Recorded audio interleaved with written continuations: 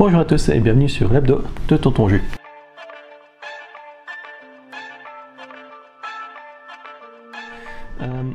Alors cette semaine on va parler de 4 livres, 2 que j'ai finis, un en cours et un à venir. Et on va partir tout de suite sur les 2 que j'ai terminés. J'ai lu assez rapidement, malheureusement, je vais expliquer pourquoi. Kingdom of Death de Christopher Ryoko, ça fait partie de la saga Sun Eater qui je pense maintenant est, en tout cas est en partie traduite en français.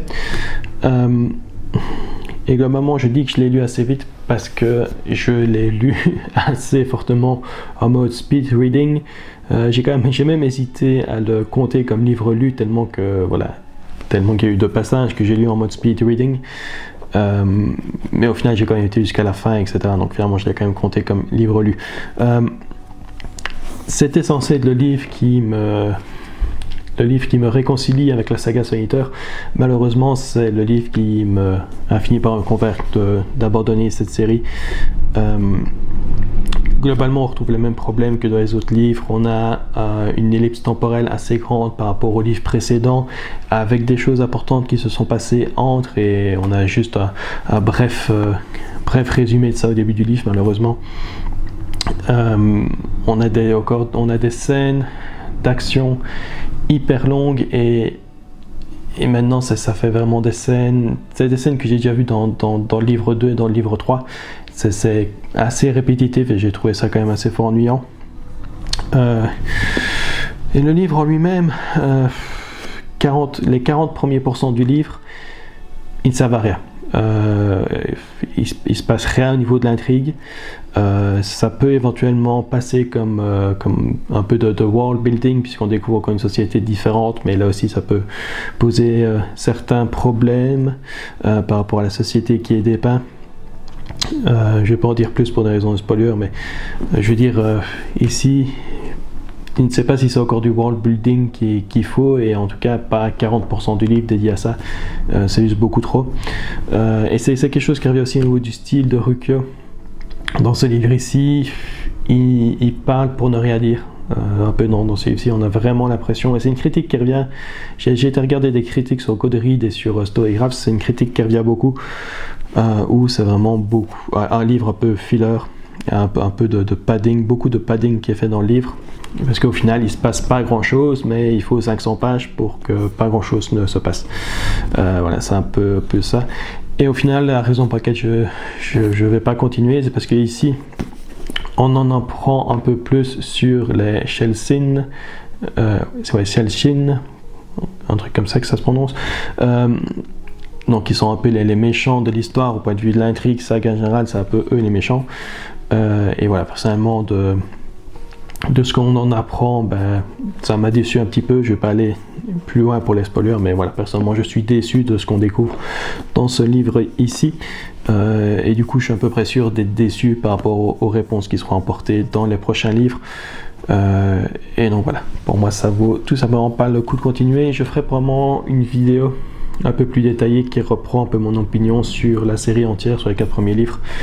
J'irai peut-être un peu plus en détail dans cette vidéo là. Alors après ça, quelque chose qui m'a beaucoup mieux plu, Agatha Christie de Clocks. Alors c'est un livre qui est dans la série Poirot. Malheureusement Poirot n'est pas hyper présent dedans. Il fait je crois qu'il y a 3 chapitres. Il y a 3 chapitres avec Poirot en fait. Et c'est un peu dommage, donc c'est pas lui qui mène l'enquête directement en fait. Mais le mystère est bien. Ça va, l'enquête en elle-même est bien, le mystère est bien. On a toutes les données qu'il faut. C'est ça aussi qui est bien, on a toutes les données qu'il faut pour résoudre le mystère si on peut y arriver. Il n'y a rien qui est caché au lecteur, donc ça c'est bien. Et voilà, moi personnellement j'avais deviné en partie ce qui se passait, mais pas entièrement ce qui se passait. Donc c'était quand même assez satisfaisant comme lecture, et donc c'est là un peu un Agatha Christie classique. Je pense pas c'est pas le meilleur, c'est pas le pire non plus. On va dire ça comme ça. Donc voilà, donc ça c'est les 2 livres que j'ai terminés depuis la dernière fois. Alors, j'ai aussi bien avancé dans Dragon Rebound de Robert Jordan. Enfin, je dis bien avancé, mais pense pas qu'en termes de nombre de pages, et j'ai lu tant que ça, je ne sais plus à combien de pages j'étais la dernière fois que je l'ai montré, mais en tout cas, au point de vue de progression de l'histoire, là ça y est, je suis à 120 pages, je crois que c'est plus ou moins à 20% du livre, et ça se lance enfin. C'est ça qui m'a un peu... j'ai eu du mal à entrer dans le livre parce qu'au début du livre, il n'y a pas vraiment de tension réelle dans le livre.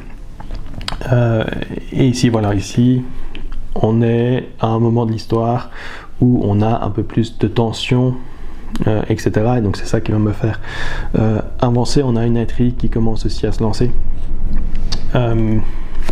Donc oui, j'ai eu du mal à entrer dedans, mais je pense que là, je vais pouvoir réellement continuer à me concentrer dessus. Je pense que j'ai retrouvé ma motivation à le continuer en tout cas. Mais le truc, c'est que j'aimerais quand même bien finir ici le mois de mai. J'aimerais bien être sûr de finir au moins un livre en plus cette semaine pour avoir un livre en plus ce mois de mai. Je ne suis pas sûr que je vais arriver à lire lors de ce qui me reste ici cette semaine-ci. Du coup, je me pose la question. En tout cas, j'hésite à commencer celui-ci.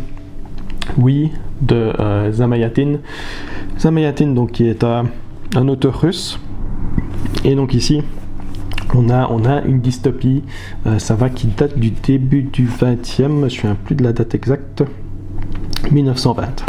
Donc c'est une dystopie qui est écrite en 1920 et c'est souvent considéré comme l'inspiration pour notamment 1984 de George Orwell et Brave New World d'Huxley, qui sont deux grands classiques dans les dystopies.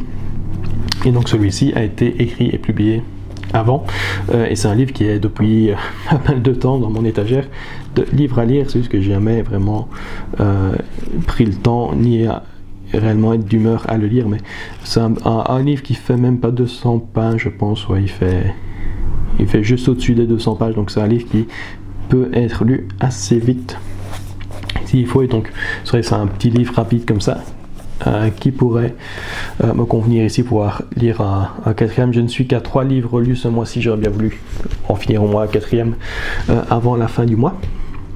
Donc on verra, comme je l'ai dit ici, c'est surtout La Roue du Temps. C'est vrai que je ne l'ai pas vraiment présenté, mais donc ça c'est La Roue du Temps, tome 3, que je suis dedans, et j'avoue que tant que maintenant c'est un peu plus celui-là que je suis motivé à lire.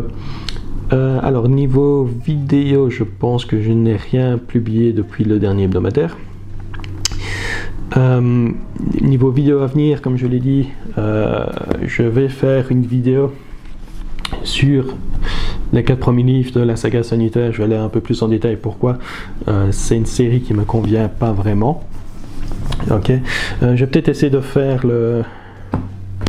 Je ne sais pas si je vais le faire tout de suite aussi. Je vais attendre de lire la deuxième partie de Book of the New Sun, parce qu'un des problèmes de la série, c'est qu'elle va chercher quand même pas mal d'inspiration chez les autres, en ce y compris dans Book of the New Sun, et j'ai déjà repéré pas mal de trucs de la première moitié de cette série-là, donc il y a sûrement d'autres choses par après. Aussi, oui, on va arriver à la fin du mois, donc je ferai sûrement un petit récap pour le mois de mai. Aussi peut-être ma pioche à lire, parce que je fais rarement vraiment de pile à lire, je préfère lire une pioche à lire.